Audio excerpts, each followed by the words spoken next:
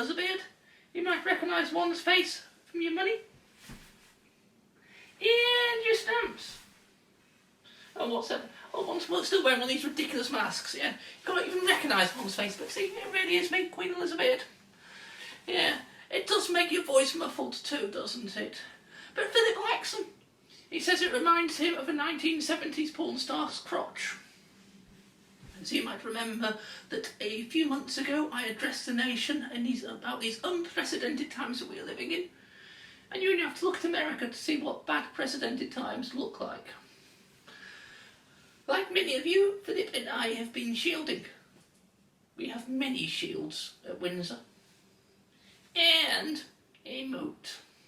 We have had to reduce the number of staff down to a mere 1 butler, 3 ladies in waiting, and 96 maids, which makes for a very long 12 days of Christmas. We've also had to downsize the family, waving ta-ta to Harry and Meghan, and even stripping them of their titles when Harry threatened to use His Royal Highness as the name of his cannabis cafe. A few sights remind us of the cheer and goodwill more than the twinkling of Christmas tree lights and the opening of a bottle of port. Cheers, not much left.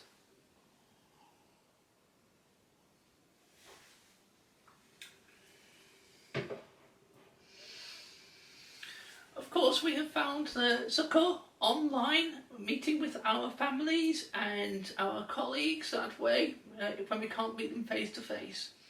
Although certain things are harder to do in the virtual world, such as hunting. Only the other day, Andrew excitedly telephoned me wanting to shoot gazelle. Turns out his voice was muffled too, and he meant Ghislaine Maxwell. And of course, Paul Charles was probably muffled while he was praying for coronation and was given coronavirus. Tales of William and Kate cheering and jumping for joy are completely false, as are the fact that Kate was seen rubbing her hands going, "Out damn snot." That's a Shakespeare reference. Yeah. Of course, now I don't trust Charles with the presents. For my birthday, he got me a toaster for the bathroom, and for Christmas, he bought Philip and I a driving experience day in Paris. And just for Christmas, he gave me a card sealed with a loving kiss.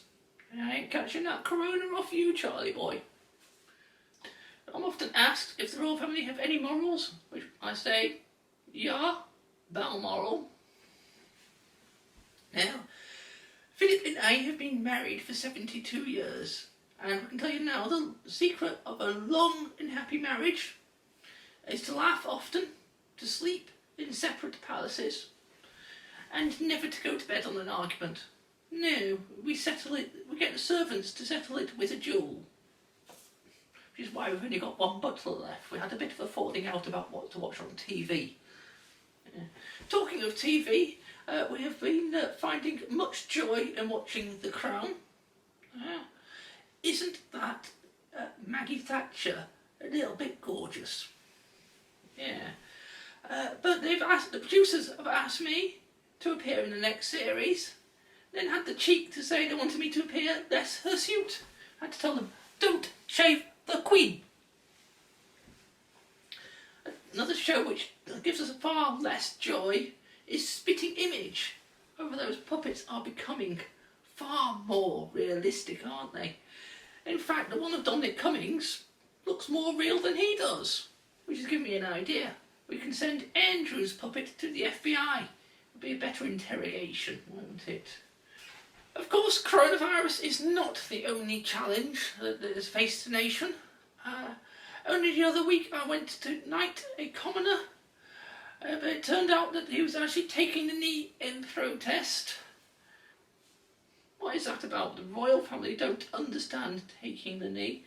The only role I can remember doing it was Fergie a few years ago, when Bill Clinton visited Buckingham Palace. Back in August, I knighted a centurion who had raised £32 million. That is a cheap knighthood.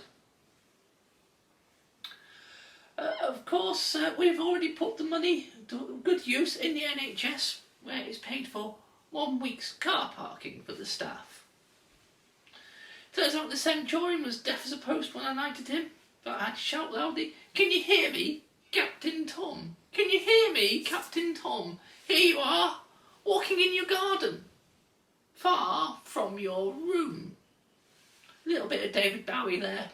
Of course, I'm often asked about why do we have so many corgis, and the truth is, Philip's no longer allowed full-size cars.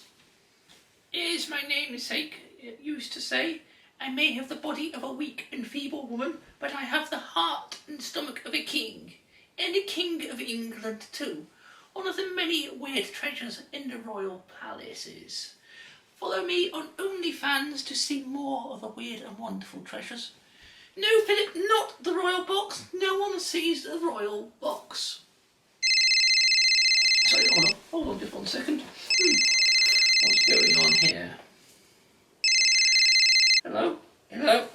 Oh, Boris, how are you doing? What do you mean Christmas is cancelled? Oh, plucking hell. We've plucked the swan already. What are we going to do? Can't believe that.